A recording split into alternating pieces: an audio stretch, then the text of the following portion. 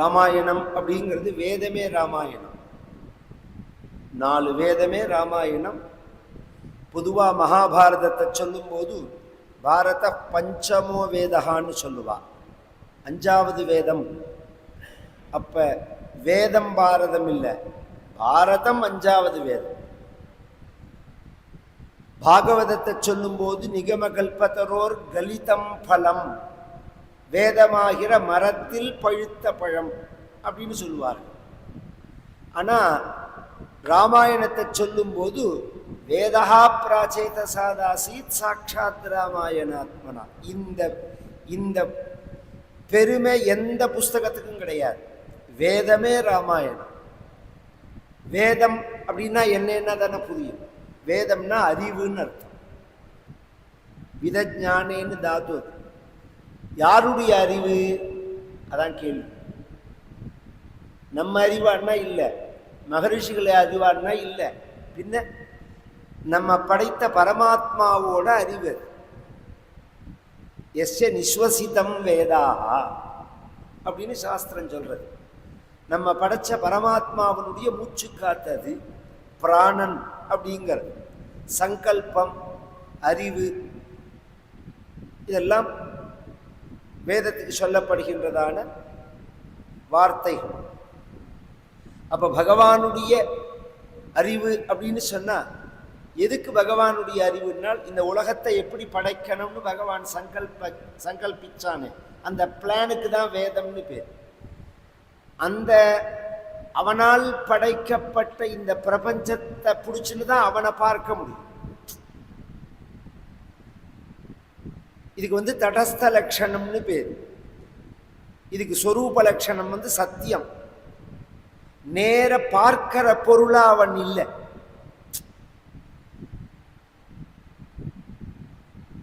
எல்லாராலையும் பார்க்கின்றவனா இல்லை, எல்லாரையும் பார்க்கிறவனா அவன் இருக்கான்.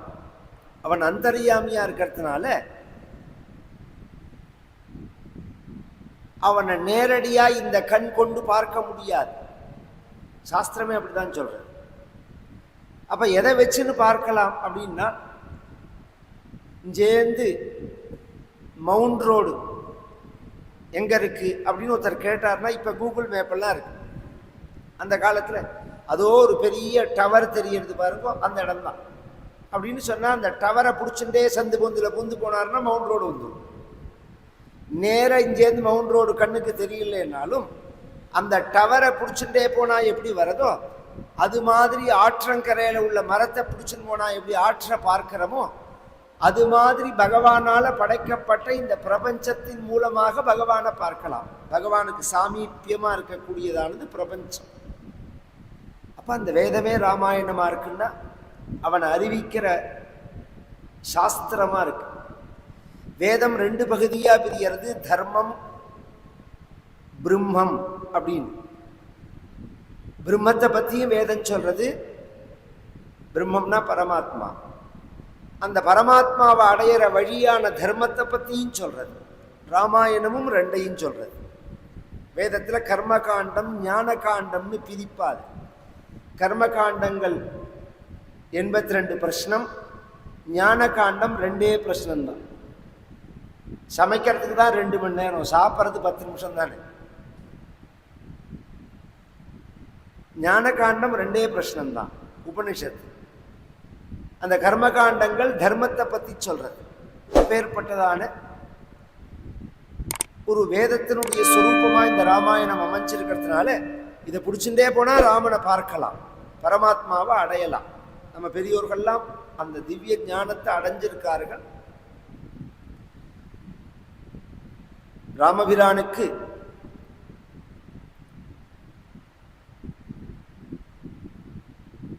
நாமகரணம் செய்து குழந்தைகள் வளர்ந்த விதத்தை சொன்னார்.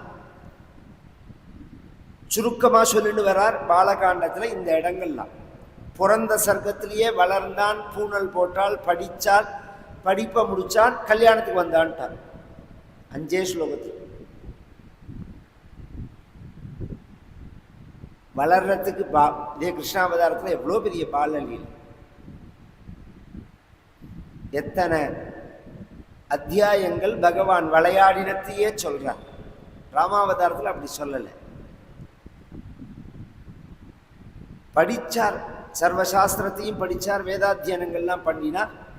12 வயசுக்குள்ள படிப்பை முடிச்சுட்டு வந்த பகவானுக்கு, ராமபிரானுக்கு கல்யாணம் பண்ணணும்னு தசரதன் தன் சொந்தக்காரர்களெல்லாம் வச்சுட்டு கவலைப்பட்டார். அத ராஜா தசரதா தேஷாம் தாரக்ரியாம் பிரதி சிந்தயாமாஸ தர்மாத்மா சோபாத்யாயஸ்ஸ பாந்தவஹ.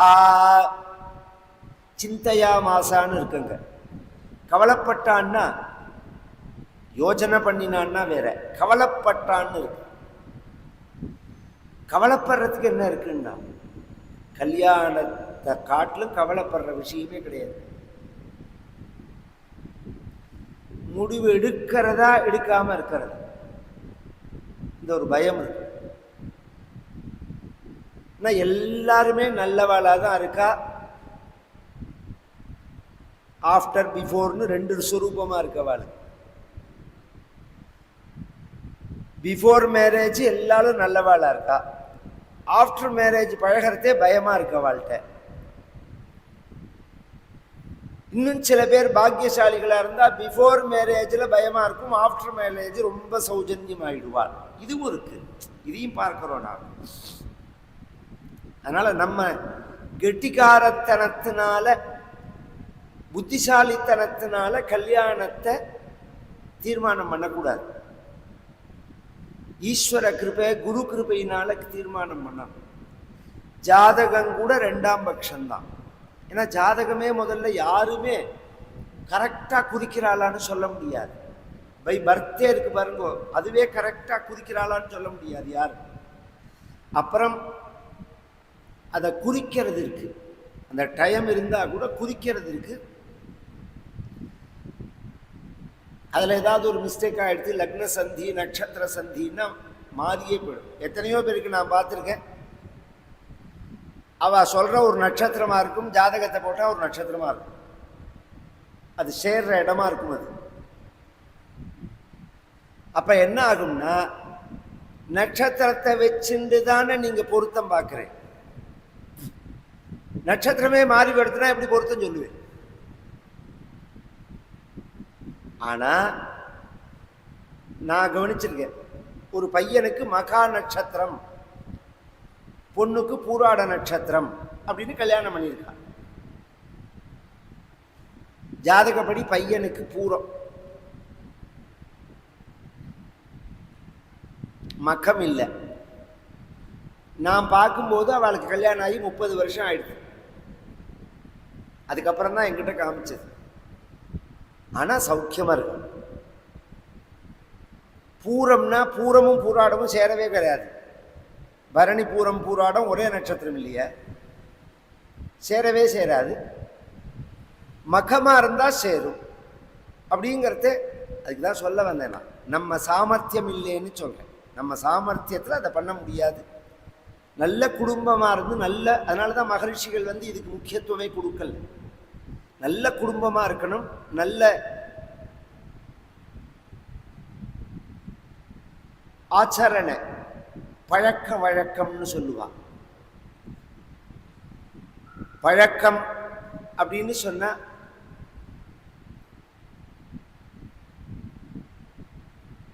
பழகக்கூடியதான நட்பு. வழக்கம் அப்படின்னு சொன்னா அந்த பரம்பரையா செஞ்சு வர தர்மம். பழக்கம்னா ஆச்சாரம், வழக்கம்னா தர்மம். இது தமிழ்ல பழக்க வழக்கம்ங்க. இது கரெக்டா இருக்கான்னு பார்க்கணும். நல்ல ஆச்சாரம் உள்ள குடும்பமா. ஆச்சாரம்னோடனே எல்லாரும் என்ன சொல்ல, குளிச்சுட்டு மடியா இருக்கு, அதுக்கு பேர் ஆச்சாரம் இல்லை. அது இல்லை ஆச்சாரம். நல்ல எண்ணங்கள், நல்ல செயல்கள், இதுக்கு தான் ஆச்சாரம்னு பேர். குளிச்சுட்டு மேலே படாம இருன்னு சொல்லிட்டு ஊர் முழுக்க மனசால தொட்டுன்னு இருப்பான், உடம்பால தொடாம. இது என்ன ஆச்சாரம்? நல்ல எண்ணங்கள், நல்ல செயல்கள். சீலம் சுபாவே சத்விருத்திஹி அப்படின்னு சாஸ்திரம். அது மாதிரி தர்மங்கள். பரம்பரையா செஞ்சுன்னு வர தர்மங்களை நிறுத்தவே கூடாது. இப்பயே நம்ம சனிப்பெயர்ச்சி நடந்தது, ஆரம்பிக்கிறதே தான் திருவாரூர் தேர் மாதிரி ஆச்சே தவிர அப்புறம் கிடுகிடுன்னு எல்லாரும் வந்து கலந்துண்டு எல்லாரும் அதில் ஈடுபட்டு எவ்வளோ உற்சாகமாக பிராமணாளுக்கு ஒரே நாள் தான் நம்ம ராமகிருஷ்ணர் வந்திருக்கார். 50,000 ரூபாய்க்கு அத்தனை பேருக்கு வேஷ்டி வாங்கி கொடுத்தார். அந்த தர்மத்தை பார்த்த உடனே இதெல்லாம் வந்து யார் சொன்னா? இப்போ நான் சொல்லி அவரை பண்ணல. இப்போ சில பேர் ஜோசியர்கிட்ட போய் பாப்பா அவன் சொல்லியிருப்பான் அதுக்காக பரிகாரம், அப்படி இல்லை. நம்ம பெரியவாள்லாம் செஞ்சதை பார்த்துட்டு நாம் செய்யறது. நம்ம பெரியவா செஞ்சிருக்கா, நம்ம செஞ்சதை நம்ம பார்த்துருக்கோம், அதுபடி நாம் செய்யணும்னு ஆசைப்படுறது. இதுதான் பரம்பரையாக செய்கிற தர்மம். ஏதோ ஒரு பரிகாரத்துக்காக செய்யறது அப்படிங்கிறது 2ஆம் பட்சம்தான். பரம்பரை அமாவாசை அன்னைக்கு சாப்பாடு போடுவா, துவாதசி அன்னைக்கு சாப்பாடு போடுவா, பிராமணாளுக்கு வஸ்திரதானம் பண்ணுவா, கோதானம் பண்ணுவா, பூதானம் பண்ணுவா. இதெல்லாம் வந்து பெரிய விஷயங்கள், பெரிய நல்ல விஷயங்கள்.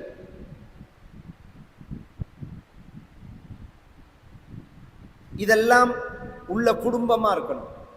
ஒன்றும் இருக்காது. கார்த்தால எந்த பல்லு கூட தேய்க்க மாட்டான், பல்லு தேய்க்காம காப்பி குடிக்கிறது, குளியலே கிடையாது, மடி கிடி ஒன்றுமே கிடையாது, நெத்தியில் ஒன்றும் ஒட்டுக்க மாட்டான். இதில் என்ன வயத்தரைச்சல்னா, உலகத்தில் உள்ள எல்லா மதத்துக்காரனும் அது தனிப்பட்ட முறையாக இருந்தாலும் சரி, பொது விஷயமா இருந்தாலும் சரி, ஒரு கால அரசியலா இருந்தாலும் சரி, அவன் மத பழக்கத்தை மாத்திக்கிறதே கிடையாது. இதுல ஒரு பெரிய ஆச்சரியம் என்ன தெரியுமா? இந்த மதம் கிடையாது, மனித நேயம்தான் அப்படி இப்படின்னு சொல்றவன் கூட அவன் மதத்துக்கு போறதே குல்லாவ கவுத்துன்னு பெறான்.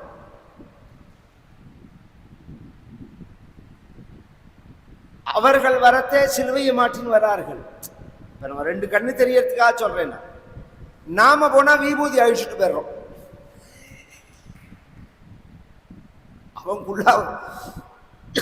அவன் குல்லாவ மாட்டின்னு தானே வரான். நீ ஏன் விபூதி அழிக்கிற? உன்னை யாரும் விபூதி விட்டுக்காதுன்னு சொன்னால? ஏன் இந்த எண்ணம்? அதெல்லாம் மாறணும். பொதுவாக எந்த மதத்தையும் மதிக்கணும், அதில் ஒன்றும் மாற்று கருத்தே கிடையாது. ஏன்னா நம்பிக்கையை மதிக்கணும். தெய்வம்னு ஒன்று உண்டுன்னு நம்புறாரோன்னு எல்லாரும் அந்த நம்பிக்கையை மதக்கணும். அதே சமயம் உன்னோட சித்தாந்தத்தையோ உன்னோட பழக்கத்தையோ நான் ஏத்துக்கணும்னு நீ சொல்லக்கூடாது. அதுதான் அடிப்படை. உன்னை நான் மதிக்கிறேன், உன் நம்பிக்கையை நான் மதிக்கிறேன். அதே சமயம் உன்னை நான் ஃபாலோ பண்ண முடியாது. எனக்கு ஃபாலோ பண்றதுக்கு இல்லாம நான் என்ன அனாதையான்னு, தத்து பிள்ளையான்னு? உலகத்துக்கே பழக்க வழக்கங்களை கற்றுக் கொடுத்தது இந்த சனாதன மதம் தான், நம்ம சனாதன தர்மம் தான். உலகம் முழுக்க உள்ள எந்த மக்கள்கிட்டையும் உள்ள பழக்கங்கள் எடுத்துட்டா இந்த ஹிந்து மதத்தில் உள்ள தர்மங்கள். நீங்க இந்தோனேஷியா தாய்லாந்து ஏர்போர்ட்ல போய் இறங்கினவா சொல்றா ராமாயணம் முழுக்க இருக்குங்கிறான். ராமாயணம் முழுக்க இருக்குங்க. எகிப்துல, ஈரான்ல எத்தனை இடத்துல சொல்ல முடியும். அதனால நம்ம தர்மங்களை செய்யறவாளா இருக்கணும், அதுக்கு சங்கோஜப்படக்கூடாது. இது மாதிரி ஒரு நல்ல சம்பந்தம் வரணுமேனு ஆசைப்படுறான், தர்மத்துக்காக கவலைப்பட்டான். விஸ்வாமித்திரர்னு ஒரு மகரிஷி வந்தார். பொதுவாக ராஜாங்கத்தில் மகரிஷிகள் அப்பப்போ வருவாள். எதுக்காக வருவாள்னா, பெரிய காரியங்கள்லாம் சாதாரண மனிதர்களால் செய்ய முடியாது. ஒரு அஸ்வமேதம், ஒரு ராஜசூயம், ஒரு வாஜபேயம், இதெல்லாம் தான் மகான்கள் செய்கிற காரியங்கள். ஒரு அதிருத்ரம், ஒரு மகாருத்ரம், ஒரு சதச்சண்டி, சகசிரச்சண்டி அப்படின்னா, இப்போ நம்ம மதத்தில் என்ன பண்ணுறோம், நாமே டொனேஷன் போட்டு பண்ணுறோம். ஒரு காலத்தில் என்ன பண்ணுவார்கள்னா ராஜாக்களே பண்ணுவார்கள். அதை ஒரு முனிவர் நான் யாகம் பண்ணுறேன் அப்படின்னு சொன்னால் ராஜா அந்த யாகத்துக்குள்ளதான எக்ஸ்பென்சஸை கொடுத்துருவார். அதுக்காக வந்து பார்ப்பார்கள். அந்த காலத்திலேயே நீங்க கவனிச்சேன்னா இப்பதானே எல்லாருக்கும் ஓரளவு இதுவாயிட்டோம். அந்த காலத்துல எல்லாம் குறிப்பிட்ட செல்வந்தர்கள்னு இருப்பா. எல்லா ஊர்ல இருந்து பத்திரிக்கை அடிச்சுன்னா அவளை தான் பார்க்க வருவா. இந்த காரியம் பண்றேன், அந்த காரியம் பண்றேன் அப்படின்னு. அதுவும் வைசியர்கள்ல செட்டியார்கள்ல நிறைய பேர் உண்டு. அது மாதிரி எல்லா தர்மத்துக்கும் கொடுப்பாவா. யார் வந்தாலும் எந்த தர்மத்துக்கும் கொடுப்பா. அது மாதிரி மகரிஷிகள் வந்தா ராஜாக்கள் வரவேற்று நான் என்ன செய்யணும்னு கேட்பாள்.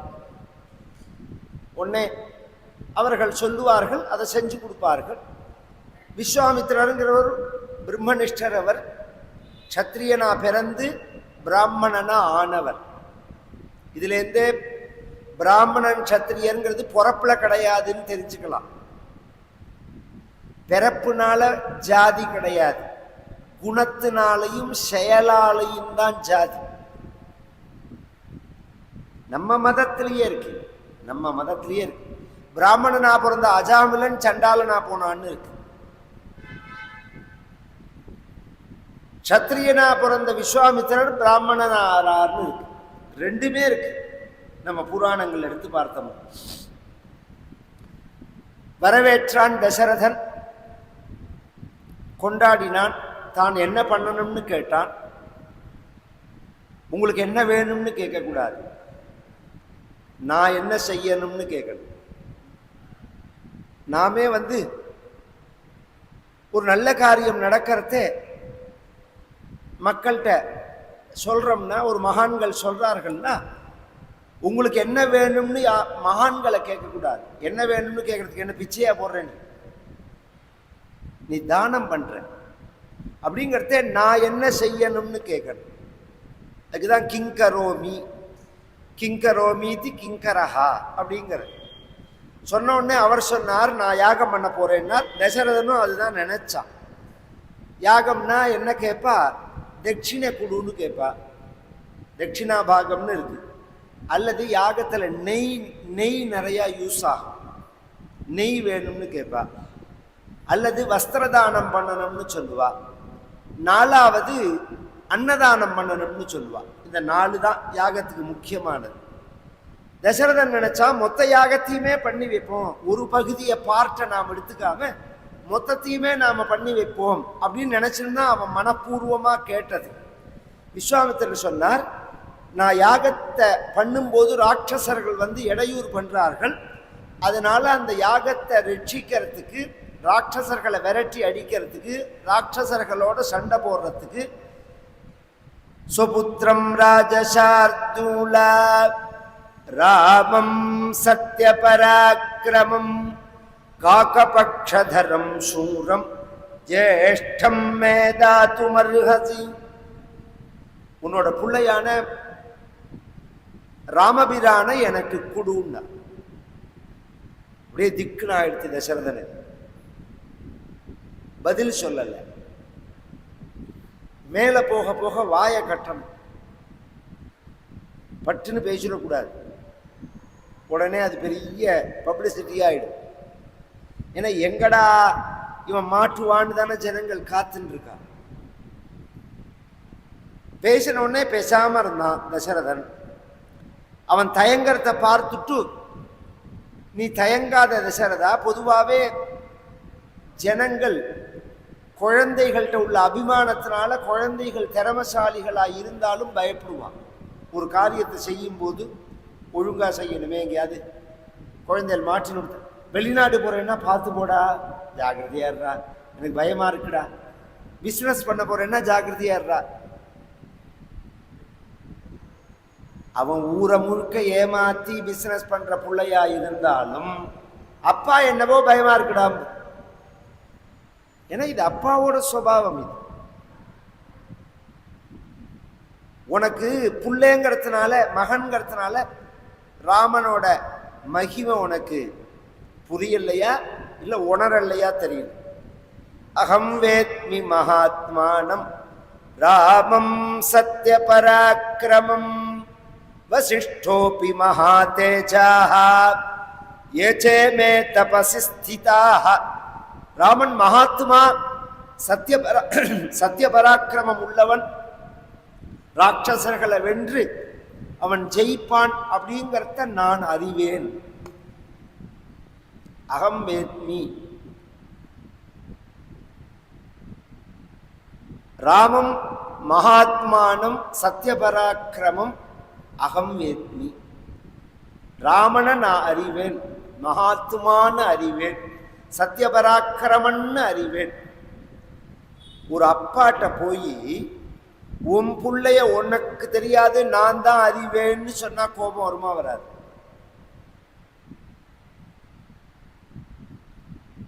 இப்படி சொல்றாருன்னா இதுக்கு அத்தனை வியாக்கியானம், தனி ஸ்லோகி வியாக்கியானம்னு இருக்கு.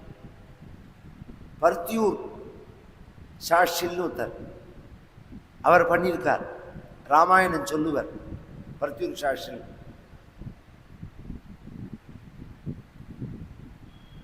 ரசரஞ்சனின்னு நம்ம பேர், அது ஒரு வியாக்கியானம் பண்ணியிருக்கார். ஆச்சரியம், 108 அர்த்தம் பண்ணியிருக்காரு.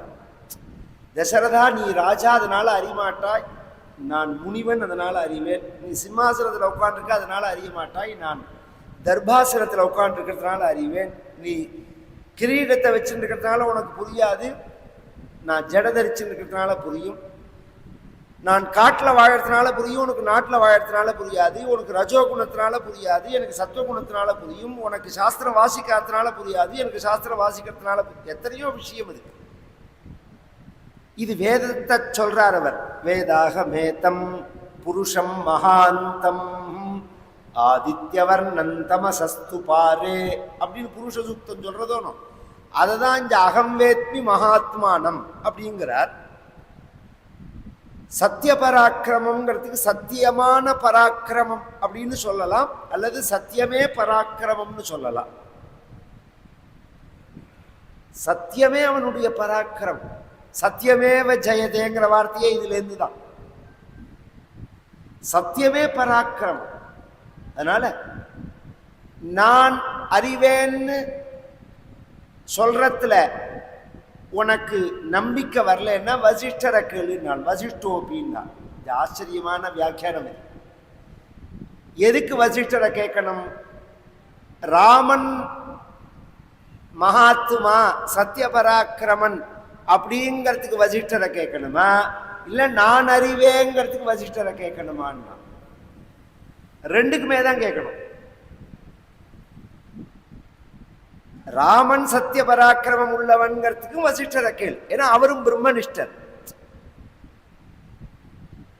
எங்க ரெண்டு பேருக்கும் ஒரு விஷயத்திலையும் ஒத்து போகாது.